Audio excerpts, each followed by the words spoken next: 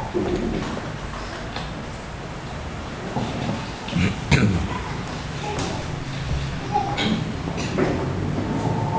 morning po sa inyo lahat mga kapatid. Muli po, papuri at pasasalamat sa Panginoong Diyos sa umagang ito. Tayo po muli binigyan daan na dalhin sa inyo ang mensahe ng Panginoong Diyos. Dahil po sa hindi inaasang pagkakataon ay ako po muli magdadala sa inyo na mensahe ng Panginoong Diyos dahil sa nagpalit kami ni Daniel ng schedule dahil sa naging abala siya sa mga nagdaang araw. At dahil din po sa inspirasyon na kanya ipinagkaloob hapon, ay nais ko rin pong ibahagi sa inyo ang mensahe ng Panginoong Diyos sa ganun din pong kaparaanan. At sa kanya ipinagkaloob ay nakakita ko ng mga ilang mahalagang bagay na dapat din po nating matutunan. Nung nakaraan po, nung unang nakaraan tumayo ako dito, ay napag-usapan natin ang kahalagahan ng pagkakaroon ng alagad, hindi po ba? Na tayo, bawat isa sa atin ay alagad ng Panginoong Diyos. Ito po ay isang kaugnayan natin sa ating Ama at ganoon din po sa ating Panginoong Hesus na tayo ay kanyang alagad. At ngayon pong umagang ito ay nais ko rin pong ibahagi ang isa pa nating mahalagang kaugnayan sa ating Panginoong Hesus at ganoon din po sa ating Panginoong Diyos.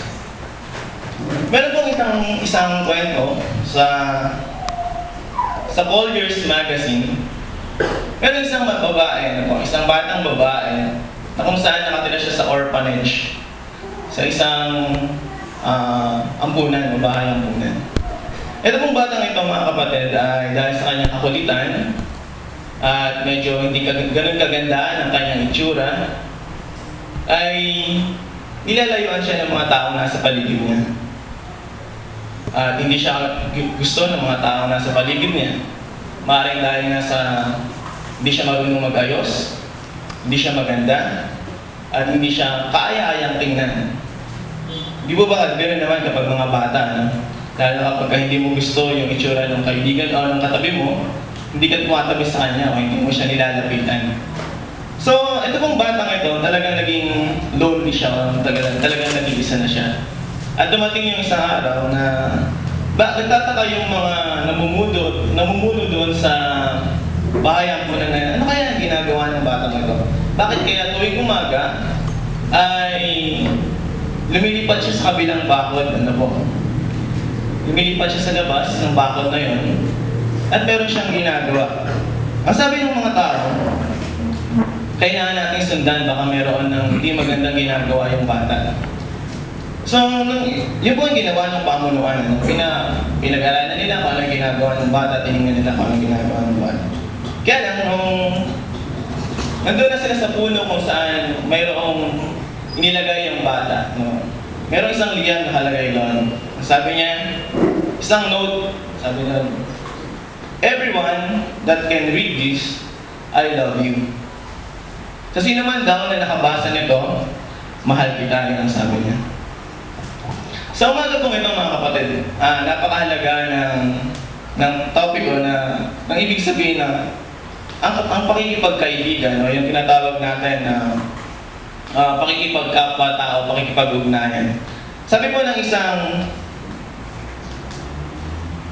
isang survey, lahat daw po ng emotionally healthy people, nagkakaroon siya ng isang magandang ugnayan sa isang tao, sa iba pang human being. So, kung tayo ay emotionally healthy people, meron tayong kaugnayan sa ibang tao o meron tayong tinatawag na mga kaibigan. Yun daw po yung disenyo ng Panginoong Diyos na kung saan ang bawat isa ay kanyang naibabahagi yung kanyang kaligayahan, naibabahagi niya yung kanyang kalungkutan, yung kanyang mga problema, yung kanyang mga panghihikayat sa buhay, at lahat ng meron siya na pwede niyang ibahagi sa kanyang kapwa. Pero meron din pong isang survey sa Amerika na napaka-disturbing na po. Sabi nila, bawat Amerikano daw po doon, every Americans, meron lang siyang 3 kaibigan. O bumababa na daw po. Dati ay marami yung kanyang circle of friends. Pero ngayon, bumababa na daw po yung trend. So, ibig sabihin, mas marami ng tao ang natutuwa na mag-isa siya. Hindi ko lang po alam sa mga Pilipino, ano po, sapagkat tayong mga Pilipino, we are fond of people na mas gusto natin na kasama natin yung ating mga kapwa. Mas gusto natin na lagi tayong may kaugnayan sa ibang tao at meron tayong nalalaman tungkol sa kanila. Ito po yung nasusulat, ang sabi ng Panginoong Jesus, kahalagahan na pagkikipag-ugnayan, John chapter 15, verse 9 hanggang 12 po. Ito po yung ating pinaka-sentro ng topic po natin. John chapter 15, verse 9 hanggang 12. Hayaan niyo pong basahin ko. Sa wikang Ingles po mga kapatid, ito po ang sinasabi. As the Father has loved me, so have I loved you. Now remain in my love. If you obey my commands, you will remain in my love. Just as I have obeyed my Father's commands and remain in his love, I have told you this so that my joy may be in you and that your joy may be complete. Yun lang ako. Okay. Pagpalain ng Panginoong Diyos ang pagbasa. Dito po binabanggit ng Panginoong Diyos na ang bawat isa sa atin, isinet po yung iglesia na kung saan meron tayong tinatawag na kaulaya o tayong mga tinatawag na kaugnayan o kaibigan. Sabi nga, friendship is so critical. At ano nga po ba ang itsura nito at ano nga po ba ang kahalagahan ng isang pakikipagkaibigan? Ang sabi ng mga ilang mga manunodad, ito na po yung paraan ng Panginoong Diyos upang tayo ay ingatan o alagaan. Yung pakikipagkaibigan daw po ay isang paraan ng Panginoong Diyos upang tayo ay alagaan at ingatan. Pangalawa, ang sabi niya, kapag daw po ang lahat ng mga tao sa mundo ay iniwan na tayo, ang isang tunay na kaibigan, nandoon pa rin siya at hindi tayo iiwan. At ganoon din po, ang isa daw pong kaibigan ay isang tao na kung saan kilala tayo, ngunit hindi tayo iniiwan. Ibig sabihin, kahit na anong kapangitan ng ugali natin kung minsan, nandoon pa rin siya para sa atin. At sabi mo sa Proverbs 27 verse 6,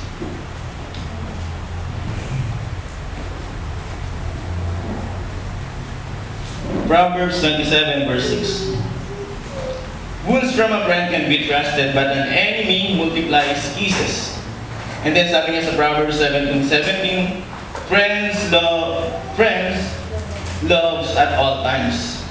And then ganito po sa Proverbs 18 verse 2.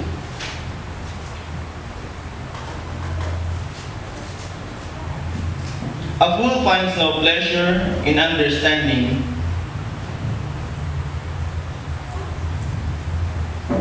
but delights in airing his own opinion. And doon po sa una, sabi niya, an unfriendly man pursues selfish ends, he defiles all sound judgment. So, napakahalaga po sa bawat isa sa atin, o napaka-critical daw po ng sinasabi natin pakikipagkaibigan. At ano nga po ba uli ang kahalagahan nito sa atin? Meron pong isang Speaker of the House, at po, si Sam Rayburn. Kasi siyang Speaker of the House ng panahon ng 1980s sa pamumuno ng isang presidente. Nasabi niya na minsan daw po, yung kanyang kaibigan, ang pinakamatalik niyang kaibigan, nawala yung kanyang nag-iisang anak o yung kanyang bugtong na anak. Ang ginawa nito ni Sam Rayburn ay dinalam niya yung kanyang kaibigan. Ang tanong niya, ano ba yung magagawa ko para sa'yo? O ano yung maitutulong ko para sa'yo? Ang sabi ng kanyang kaibigan, wala na. Marami ng tao yung nandito para gumawa ng mga bagay na nais ko pang gawin. So dahil down na down yung kanyang kaibigan, sabi niya, gusto mo bang magkape? Ang sabi ni Sam sa kanyang kaibigan, gusto mo magkape? So sabi ng kanyang kaibigan, sige, sabi niya, maaari mo ba akong timplahan? So yun ang ginawa niya. At tinanong siya ng isang kapitbahay, sabi niya, Mr. Sam, bakit mo ginagawa yan? Hindi ba dapat ngayong umaga ay nandoon ka sa Senado at kasama mo ang presidente na nagkakape? Ang sabi niya, tumawag ako sa presidente dahil nangangailangan ang kaibigan. So ganun po kahalaga, ang bawat isa sa atin, sabi nga, ang bawat isa sa atin ay kailangan ng bawat isa lalo na sa pakikipagkaibigan. The Bible says, be there for one another. Be there for one another. In 1 Thessalonians 5:11, sabi niya, encourage and build one another. And then Romans 12:10, be devoted to one another with brotherly love, honor one another above